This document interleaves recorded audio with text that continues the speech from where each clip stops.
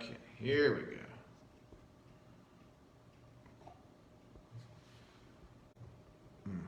Little bit of tweaking with the camera positions here.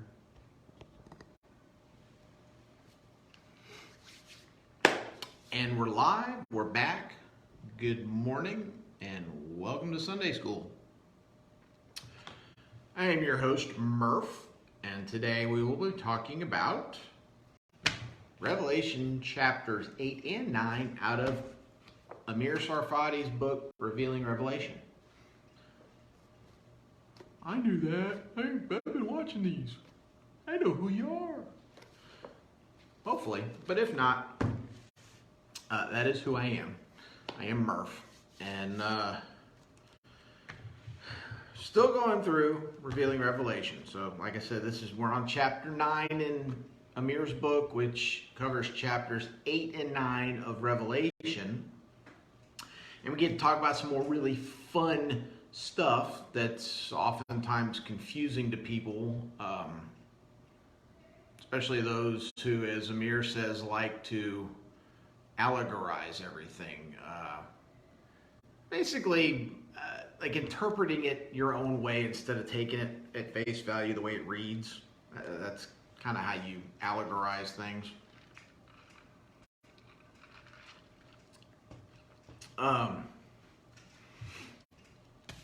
William's dad is home from the hospital, and they found no blockages in his heart. Everything appeared to be good to go. So for whatever reason he was having those chest pains,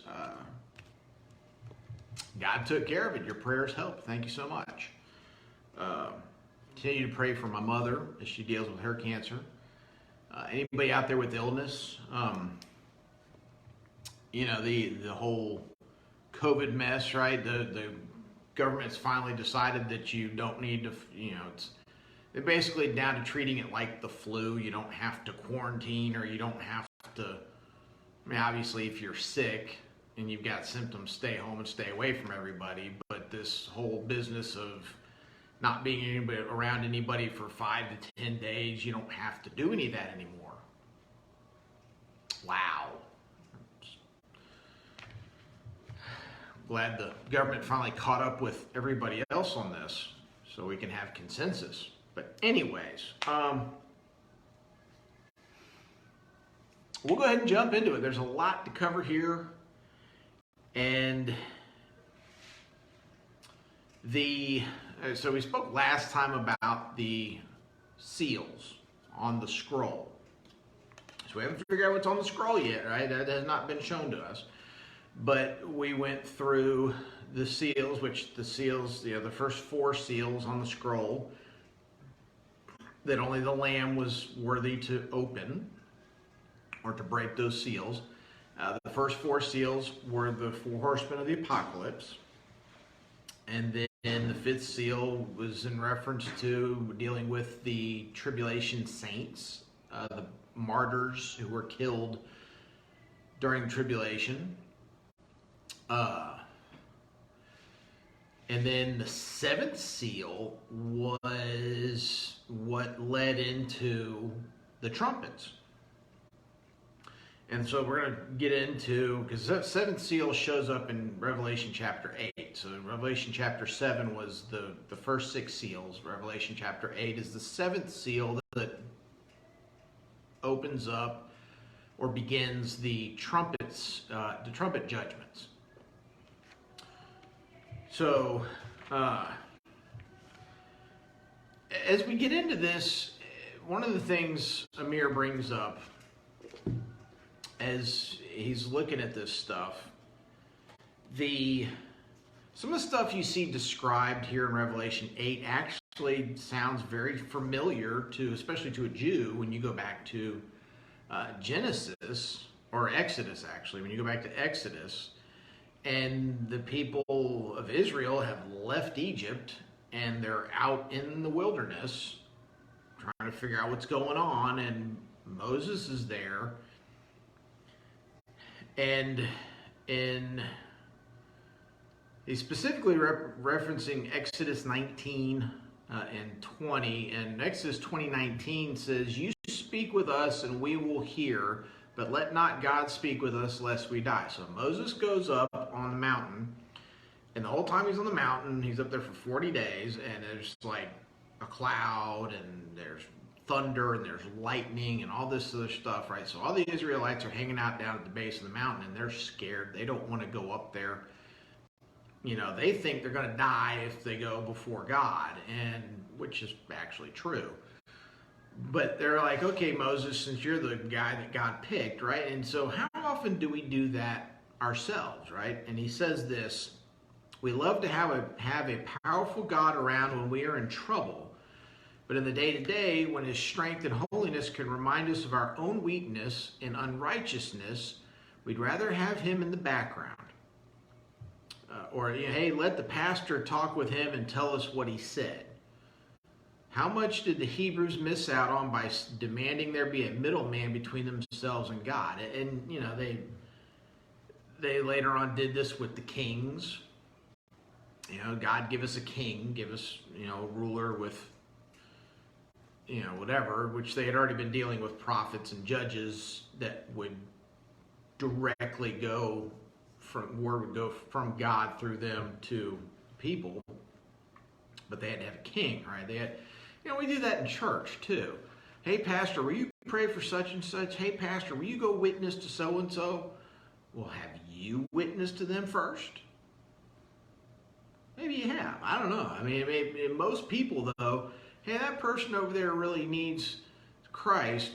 Let me go get brother so-and-so to talk to him or sister so-and-so to talk to him. No, you and we have to go to them first.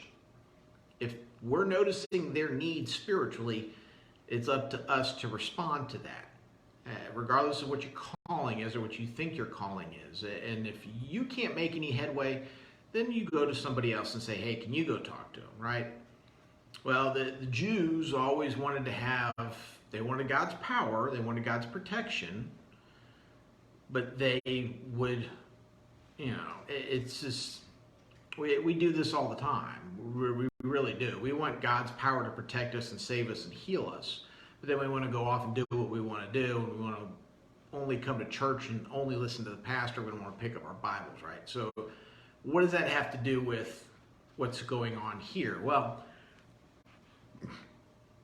there was that pause as we see, all right, Revelation chapter 8, verse 1. When he opened the seventh seal, there was silence in heaven for about half an hour.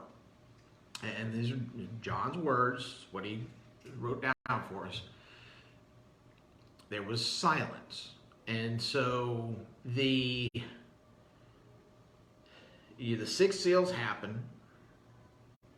Like I said, the last seal, the sixth seal, was the calamity, was the earthquakes and all this other stuff, right? And all the people, we talked about this last time, all the people, instead of turning to God, are digging deeper into their sin. They're going deeper in their caves that they think they can get away from these earthquakes, you know, where mountains are leveled kind of thing, and stuff is destroyed, right? And so rather than turning to God, we're not doing that, right? We're choosing sin, and we're choosing our own will over God's will. And so once that period of rest is done, and the seventh seal is open, there's silence. It's that opportunity for anybody in the tribulation to turn to God, to repent of their evil ways and their wicked ways. And some will, most will not.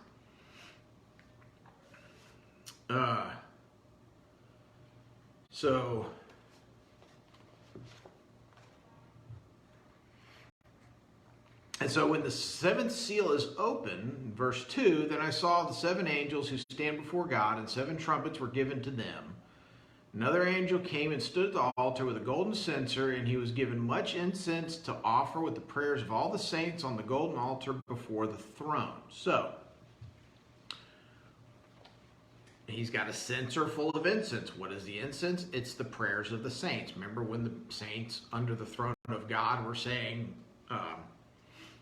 how long, O Lord, holy and true, until you judge and avenge our blood on those who dwell on the earth? Revelation 6:10. And so this is the fulfillment of that. Now, I said a couple weeks ago that they were going to have to wait until the end of the tribulation. I might be incorrect on that. It's hard to tell where we are on the timeline of the 7 years. I don't think all of this is happening very quickly. I think this is spread out. We'll see some evidence of that here in just a moment. But this is spread out because what's going to happen during these judgments is the world system is going to be affected. Now, I firmly believe, and I've said this before, that the rapture happens, which ushers in the Antichrist, who then is able to set up and establish one world government. You will officially have one world religion, and then you will officially have one world currency. We're moving in that direction right now. They are trying to combine religions. You go back a few years ago, and they had Chrislam. The Pope is teaming up with a bunch of Muslims over in Saudi Arabia or someplace over there, and they're doing the Abrahamic Accords, and they're trying to do. They're building a temple that's going to be recognizing of both Christianity and Islam and Judaism too. They're lumping all that in there. They're trying to put it all together because we're all descendants of Abraham, right? You're either a descendant of Ishmael or you're a descendant of Jacob, and so they're both claiming Abraham as a father, right?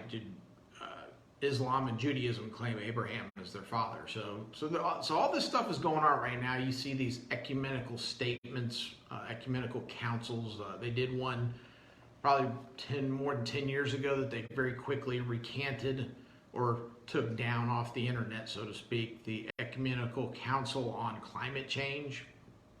When the conservative Christian folks found out about that, they caught a whole bunch of crap when they saw whose name was signed to that.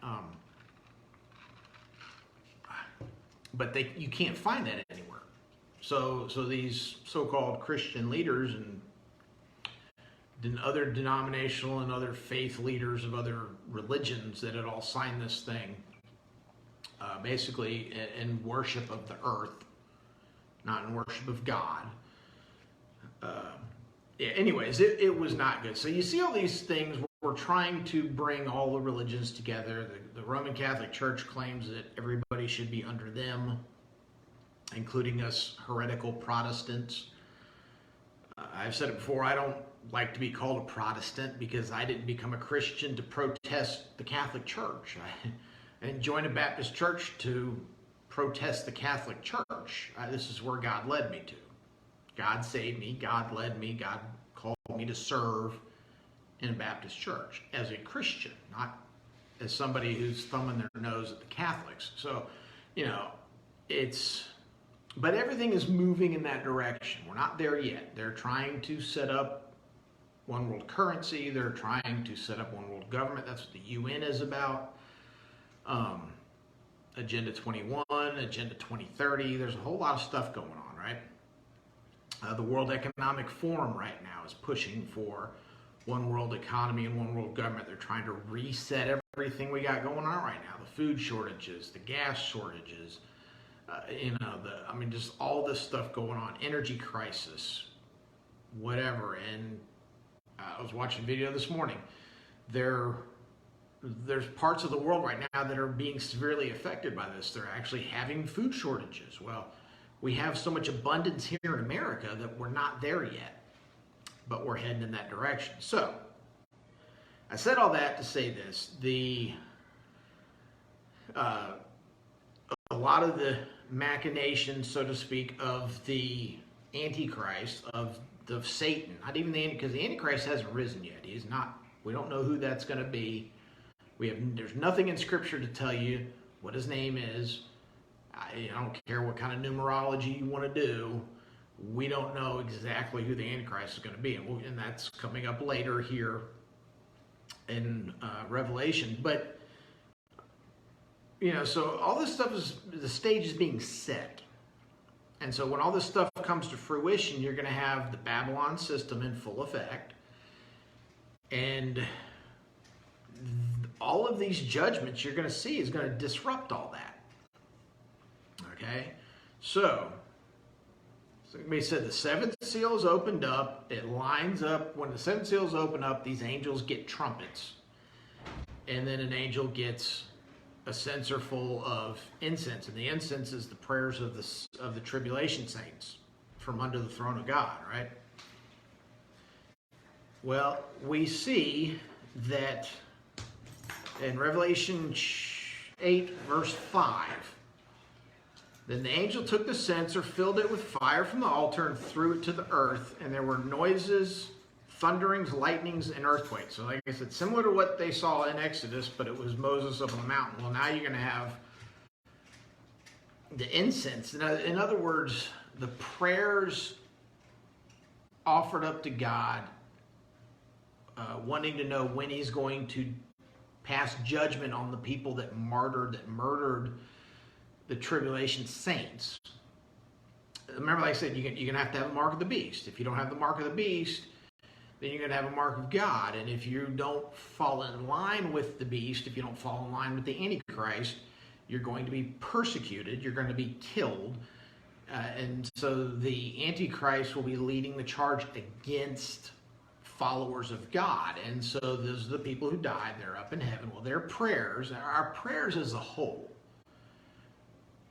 are stored up. God is storing all of our prayers in these massive censers. And the censer, if you ever watch, or if you've ever been through a Roman Catholic or some of the other denominations, but or the Greek Orthodox ones like that, they have the priest comes in with the altar boys and all that, and you have someone carrying a censer, and it's like this golden pot full of burning incense, and that goes with them up to the altar before they start their church service, right?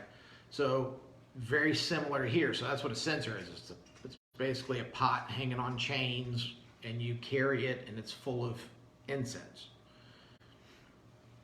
Well, this incense happens to be the prayers of the saints. So God heard their prayers, and he's going to answer their prayers by passing judgment on the people that killed them, which are his enemies because they killed his followers, right? So he then takes this censer, and he takes this incense, and he goes through the altar and lights it on fire. That's when you burn incense to make the smoke, which has an aroma, has a flavor, smell, whatever. And so Amir said this: God assured the martyrs that he had heard their petitions to him, but that it was not time yet. So that's what I was saying. They were like, hey, when the fifth seal's open, they're under the throne, they're sitting there going, hey, God, when are you going to take care of this? And he says, it's not time yet. Well, now it's time. And so, like I said, it's difficult to figure out where in the tribulation, or where during this 7-year period this occurs. So is this something that is stretched out over 7 years? Is this something that's stretched out over a few months? What exactly is this? So I'm not really sure. I may have been incorrect. I don't know. But we know that they have to wait for their prayers to be answered, which is true of a lot of our stuff. We're sitting there wanting God to answer our prayers immediately, but God's saying, hey, it's not time for that yet. So we have to have patience when we're dealing with God. When we're praying to God, asking for things to happen in our lives, we need to have patience. Some things he's going to answer immediately, other things it's going to take time. So, let's see here. Okay, so he promised that when the proper number of people had repented and come to him, then he would unleash his recompense against their executioners. At the end of the half hour of peace, the number was reached. So that brief pause was enough time for people to decide if they're going to repent and follow God, or if they're going to keep following the Antichrist, or they're going to keep following Satan and the beast. And so once that period of time was over, it's like, okay, now we're going to go out and execute judgment. So There's 7 trumpets, and I'm going to try and go through this quickly because I want to get into the locusts. I've mentioned this before, but that's going to take a little while to go through just because of what it is. But the first trumpet that you see in Revelation 8:7 is hail and fire mixed with blood. 1/3 of the earth, the trees and the grass gets burned up. All right, so we see these kind of numbers when you go back into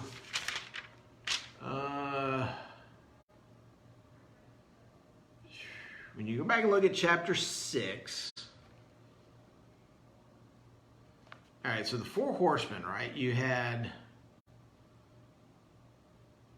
First you had the white horse, and its rider was, that was the Antichrist riding in on the white horse.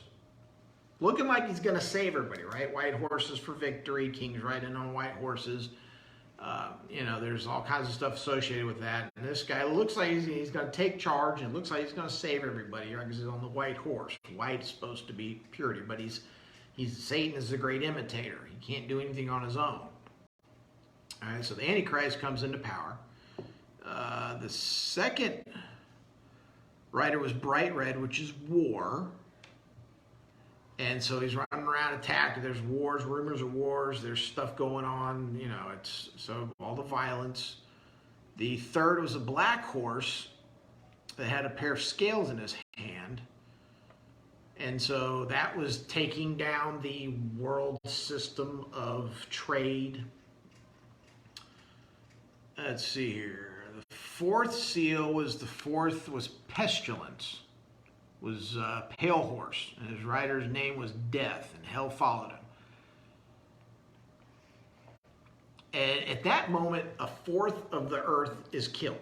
All the people, 1/4 of the people on earth under the 4th seal, which is the pale rider with pestilence. So like I said, we have just over 8 billion people on the earth right now. Somewhere around, by the time all this actually happens, we're looking at 2 to 2.5 billion people are going to be killed under the 4th seal. So we'll stick with 8 billion people, just for the simplicity of mathematics here. 8 billion people, and then 2 billion people get killed. So you have 6 billion people left on the earth, right? Now, why is that important? Well, we're about to see a whole lot more people die. And like I said, on the first trumpet, hail and fire mixed with blood, which destroys 1/3 of the earth, the trees and the grass, or in Young's literal translation, it says green things, so foliage, all right?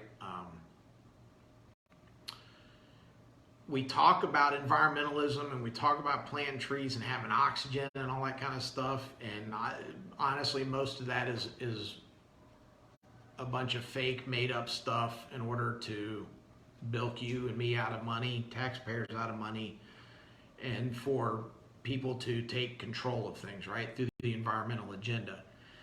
But, especially when you look at this whole ridiculousness of carbon credits and what Al Gore did and those people did with these carbon credit scam thing they pulled on the government, was they went to these places in other countries, not just here in America. They went to other countries and bribed and paid off the chieftain or whoever was in charge to not cut down a forest or to not let their own people go into the woods and collect wood to build things or to live off of. And that was supposed to cleanse your carbon footprint here in America. So your carbon footprint was going to walk across the ocean to some little island somewhere where the indigenous peoples are no longer allowed to live off the land like they were. That really is ridiculous. But, so here we are, and this is not to say God doesn't want us to be good stewards of our environment, but we're heading up to the end of things, and we'll find out later on in Revelation kind of why this is happening. But we know right now that this is dealing with the world system. He's taking the power away from, and he's punishing the people who do not follow God. The ones who follow the Antichrist are the ones who are going to suffer the most out of this. So if you lose, 1/3 of the earth is destroyed. And so right now, 2/3 of the earth is water. 1/3 is land. So right now we're talking about land. So 1/3 of the land is going to be devastated. And trees are going to die and grass is going to die. And the funny thing is, when they talk about oxygen, it's not the trees that make the most oxygen for us to breathe. It's actually grass. There's more grass than there are trees. Grass is more numerous as far as individual plants, and grass actually produces more oxygen than the trees do. All right, so now it's gonna get tough to breathe. We're gonna have less vegetation, which also includes crops and things of that nature. Life's about to get real tough, okay? So the second trumpet blows, and the way John describes this is a mountain is thrown down from heaven. It could be a giant meteorite, I don't know. It could be an actual mountain. We don't know exactly. It's a big rock, you know, whatever that he throws. It's thrown down by an angel from heaven, and it's thrown into the sea, kills 1/3 of the fish, and destroys 1/3 of ships. Now, I was reading through Tim LaHaye's commentary just to reference this, to kind of compare what Amir is saying to what Tim LaHaye has said on this. And Tim LaHaye talks about when seas are referenced, it generally was talking about the Mediterranean Sea. I have a little bit of an issue with that. I'm not saying Tim LaHaye is wrong. I'm not saying I'm right. But it's just something to consider and think about. This is on a global scale. I don't think that any of this stuff that's being spoken of during these judgments is regionalized. This is not just happening in the Middle East. This is happening worldwide. So when it says to me, which we know there's, how many oceans are there? 4, 6, 7. 7 seas. And there's like 5 or 6 oceans. But it's depending on the context. When they say sea of things, it could be in reference to a body of water, or it could be in reference to a group of people. In this case, it's definitely a body of water. And what we do know for sure in the Mediterranean, that there's a whole lot of fishing going on. A lot of people eat Mediterranean foods, have a lot of goats, sheep, lamb, that kind of stuff.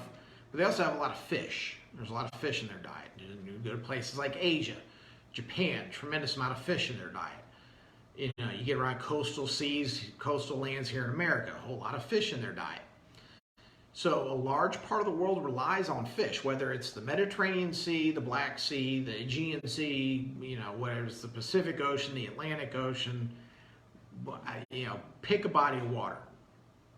And this mountain thrown down from heaven that is ablaze, so it's set on fire, it's going to impact the ocean, and it's going to kill 1/3 of the fish and destroy 1/3 of the ships. And then the water is going to have, 1/3 of it is going to turn to blood. Which, if you kill 1/3 of the fish, sea creatures out there, that's going to create some massive pools of blood. It's not going to be good at all. It's going to stink. But, okay, now this is salt water that they're talking about here, which tells me it's not just the Mediterranean Sea. Atlantic Ocean, Pacific Ocean, the Arctic Ocean, all these where people fish, and, the tuna, all that stuff that comes out of there is going to be affected. Well, 1/3 of the ships on the water, and something Amir points out, in 2016, a survey showed that there was some 50,000 seagoing vessels at any given time in the oceans across the world. 1/3 of that being destroyed would be around 17,000 of those vessels would be destroyed. We're talking about cargo ships, fishing vessels, the whole kit and caboodle there.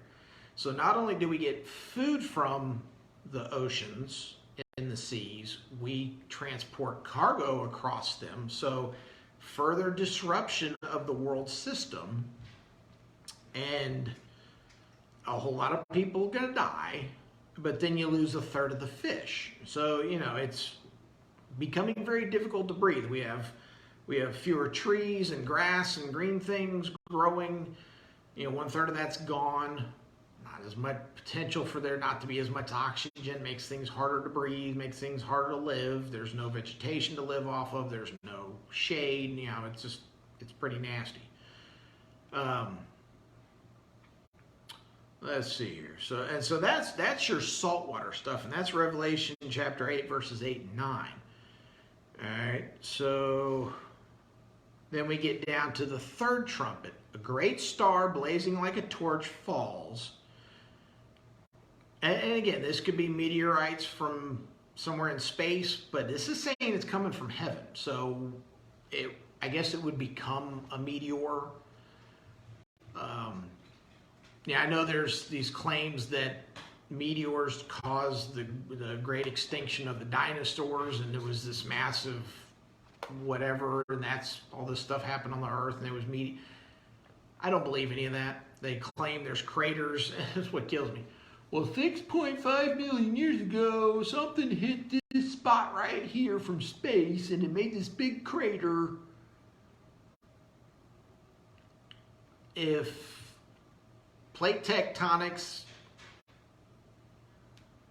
happens at a reasonable rate, why hasn't the landscape changed more in 6 million years? That's like this really slow. It just doesn't work out for me mathematically. I can't see the time frame. If you tell me that a meteorite hit the Earth millions of years ago, how is that hole in the ground still the same? Why hasn't it filled up yet? If you know anything about erosion, if you ever watched any of this stuff, I'm not saying the meteors never hit the Earth. Meteorites hit the Earth all the time. Most of them burn up in the atmosphere. So whatever is cast down from heaven is going to be massive. So if you think whatever sort of crater evidence out there is real or good or whatever, you ain't seen nothing yet. I'm going to keep saying that. You can't ever one-up God. You can't. Anything man can imagine, God one-ups us all the time.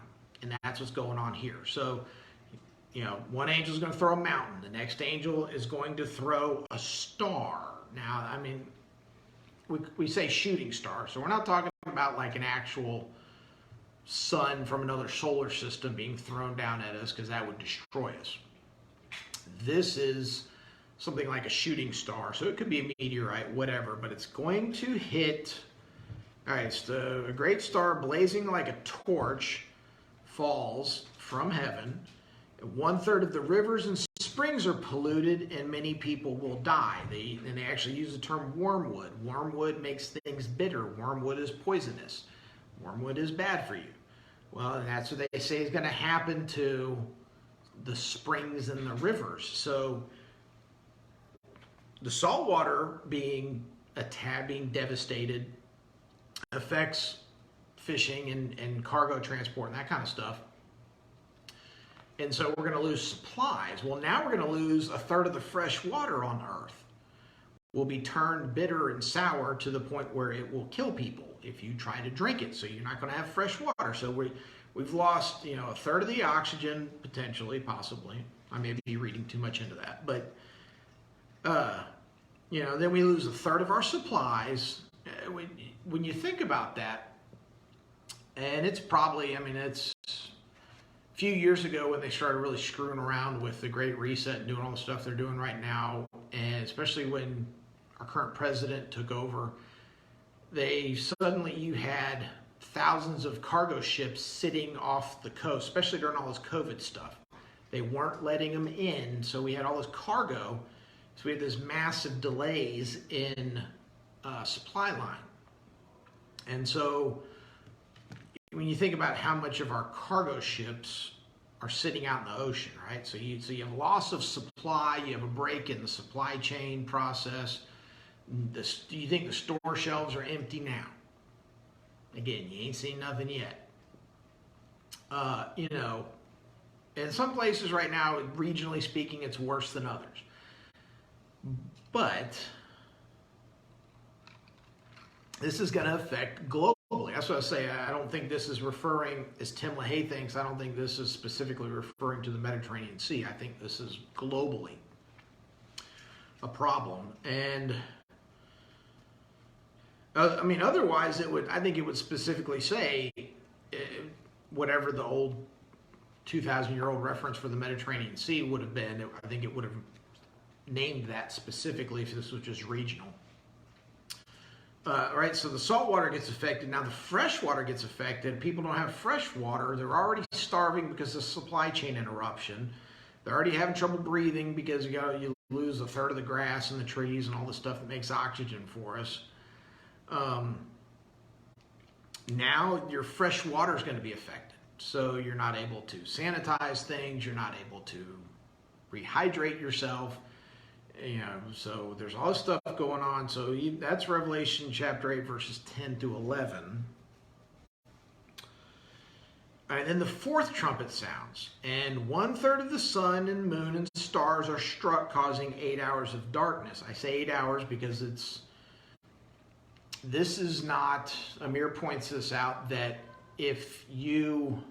one of the things about recognizing God's handiwork in the creation of the universe, and scientists will agree with this, even if they're not Christian scientists or Jewish scientists.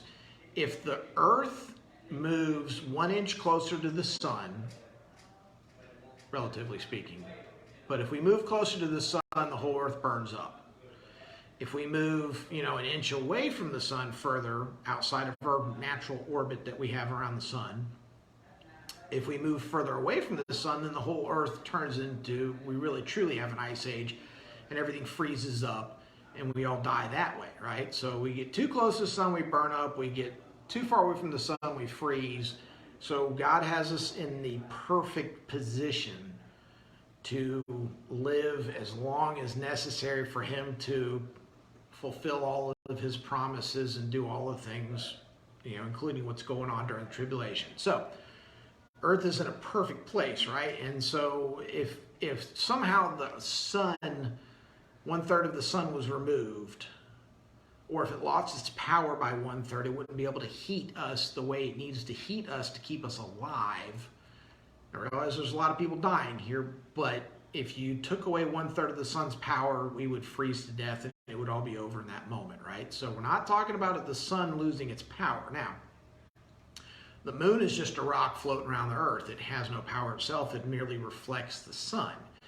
And of course, there's other stars that are other suns of other solar systems that provide us light at night to help us navigate and do things like that. But basically, 1/3 of the light emitted will be reduced. And so we'll still have this radiation and the stuff we need to keep the earth warm enough for us to survive, or for these people to survive at that time. But the light time frame is going to be altered significantly. So you're going to lose 1/3 of the sunlight. And the other thing to consider here, another reason this isn't regional, is as the earth rotates, as the moon orbits the earth, I don't know there's much rotation on the moon, if there is any at all, because the gravity is super, super low. We always see the same side of the moon at the same time. I don't know that we've ever seen the dark side of the moon, so to speak. All right, but the earth is revolving around the sun, right? And it's an elliptical orbit, so it's not a perfect circle. But as the sun is shining on us right now, it's dark somewhere else, and they've got moonlight, and vice versa. So as everything rotates and spins and does all that stuff it's supposed to do, and like I said, this is a global issue. So right now, currently, I've said this before, that you don't have a perfect 12 hours of daylight and 12 hours of darkness. You generally speaking have, like day and night. You might have roughly 6 to 8 hours of nighttime. The rest of it is daytime, depending on where you are. And so even in that case, though, you have the moon and the stars that provide light at night. Well, we're going to get to a point where there's going to be darkness for 1/3 of the day. If that's exactly 8 hours of true darkness, and it'll be during normal time. So like daytime, you'll lose 1/3 of your daylight. If we say that it's 8 hours of nighttime and 16 hours of daytime, from sunrise to sunset is 16 hours, and you only have 8 hours of nighttime, you're going to lose you're going to lose like 5 hours of sunlight, which is going to affect the nighttime part of it, right? So if you talk about 8 hours, you're going to lose 2.5, 2 3/4 hours of nighttime light.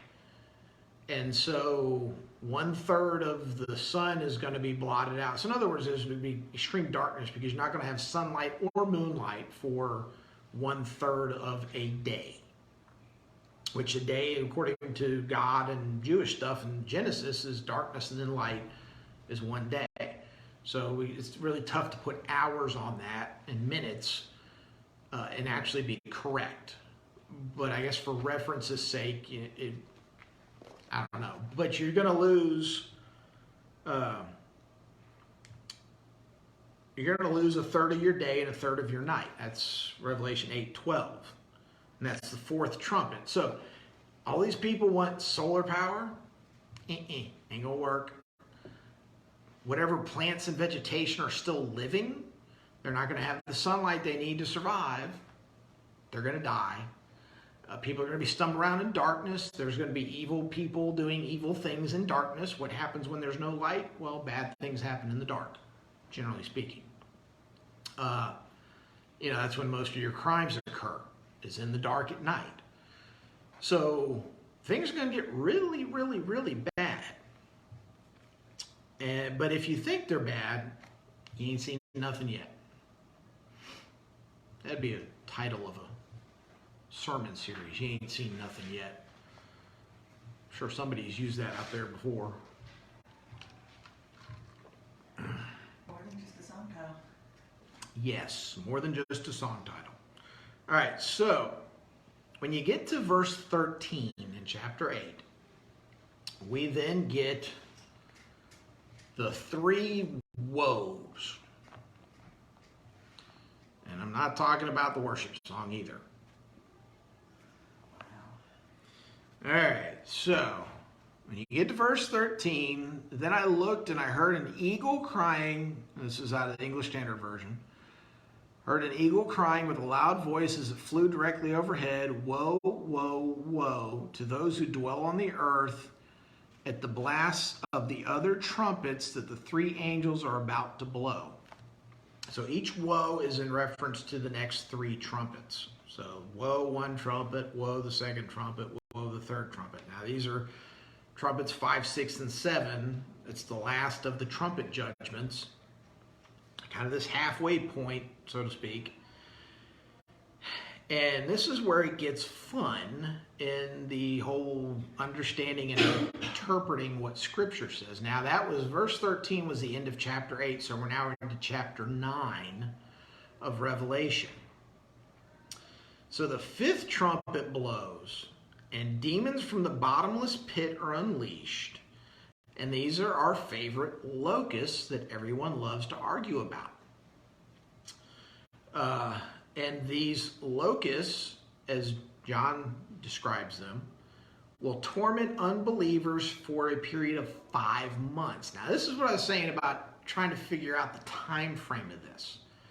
All this stuff, the judgments last, the whole thing, there's 21 judgments. Like I said, there's the seal judgments, the trumpet judgments, and later on we'll have the bowl judgments. And those are, all of this happens in a 7-year period. This is the tribulation period. All right, so rapture's already happened, the church is taken up, and then you have all this stuff that happens over the next 7 years. And so each one of these judgments, like I said, it's affecting the world economy.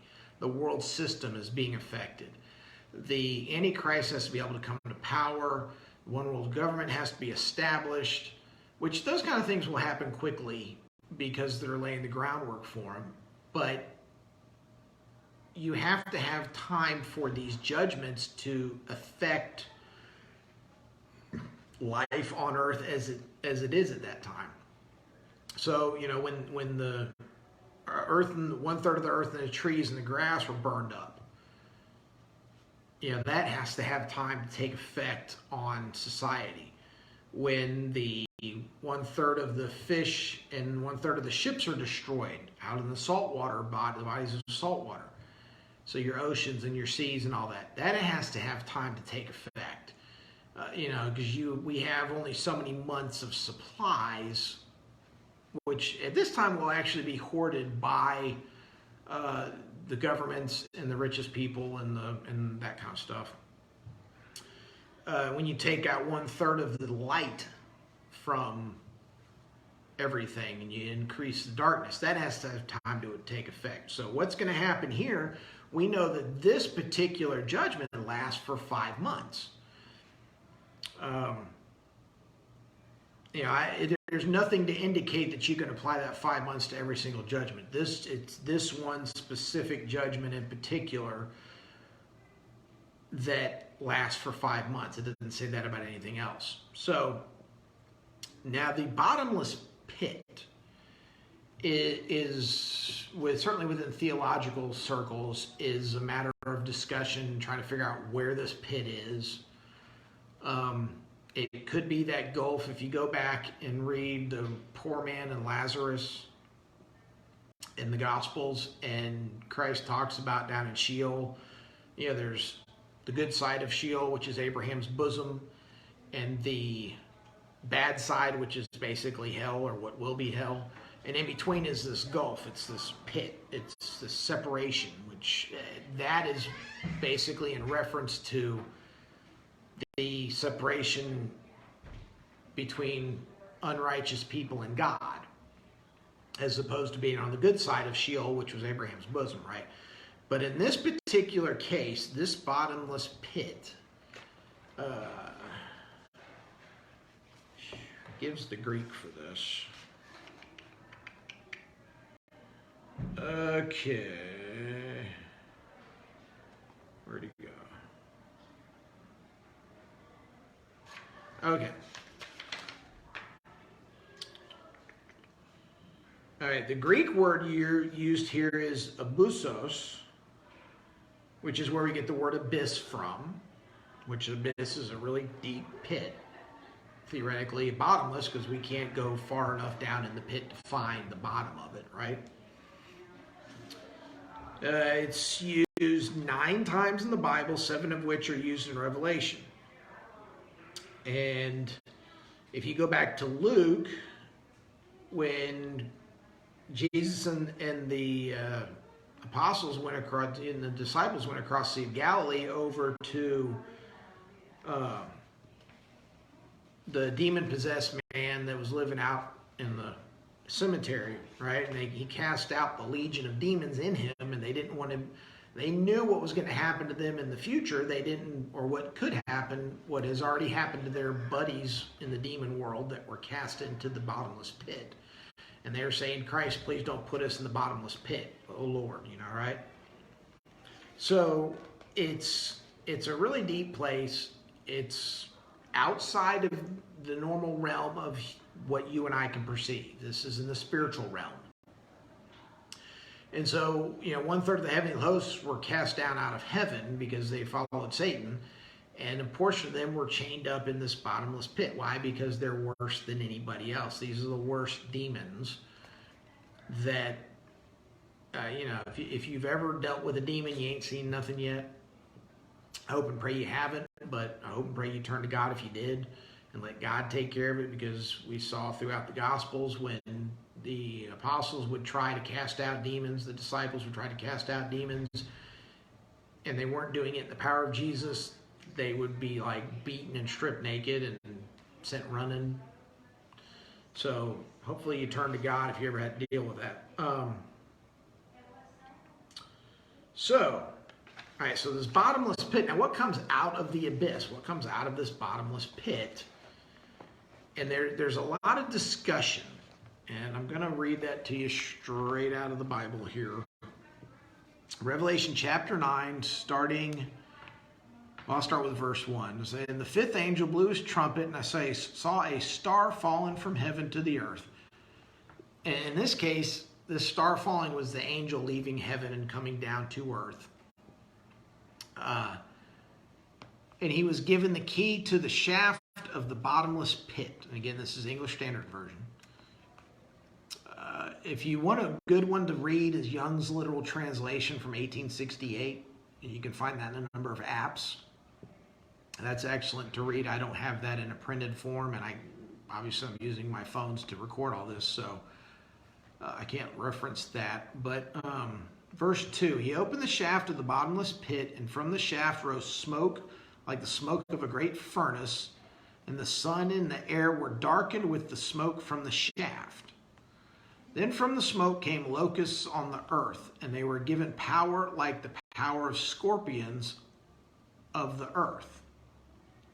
They were told not to harm the grass of the earth or any green plant or any tree, but only those people who do not have the seal of God on their foreheads. If you remember the locust plague in Egypt in the beginning of Exodus, they only ate the vegetation and they left the people alone, which those were normal standard locusts, which can be quite large. Every so often you see locust swarms throughout the world. We've had them here in the U.S. Part of that led to the Great Dust Bowl. I think they actually just had a bunch of locust plagues over in Africa. I say plagues, but these massive swarms of locusts. So it's kind of a cyclical thing, but in Exodus case, it was something God sent to Egypt at a specific time, and in this case, it is something he is doing at a specific time, but these are not your standard locusts. All right, so verse 5. They were allowed to torment them for 5 months, but not to kill them. And their torment was like the torment of a scorpion when it stings someone. So if you didn't have the seal of God on your forehead, which means you repented and turned to God, and you followed and worshiped God during the tribulation, then if you didn't have that, you had the mark of the beast on your hand or on your forehead. And so if you had the mark of the beast, that's who these locusts are going after. Well, they can sting like a scorpion, so they have a scorpion tail. Okay? Verse 6, and in those days people will seek death and will not find it. They will long to die, but death will flee from them. I am allergic to bee stings, and it sucks when I get stung. It's, the more stings you get, it gets progressively worse. Generally speaking, for most people, I don't have to carry around an EpiPen. It's not that bad. I can take a couple Benadryl and I'll be okay. But I've had like my arm swollen from my elbow to my hand, and that's, if you can imagine, and obviously I'm still alive, but if you can imagine it being worse than that, because it hurts, it's painful, and then it sucks, and then you can't move your arm, and you can't, it swells, it does all that weird stuff. So it's going to be tough on these people. They're going to be stung. Now, before I get into the description of what they look like, again, going back to Tim LaHaye, this is an excellent commentary, but am I running out of time? Yeah, 10:57. Ooh, crap. All right, well then we'll cliffhanger. We'll get you next time. I'll have to finish that. Go sit down and read Revelation chapter 8, verse 7 through 10. And we'll talk about that next time. God bless you, and see you later. Sorry.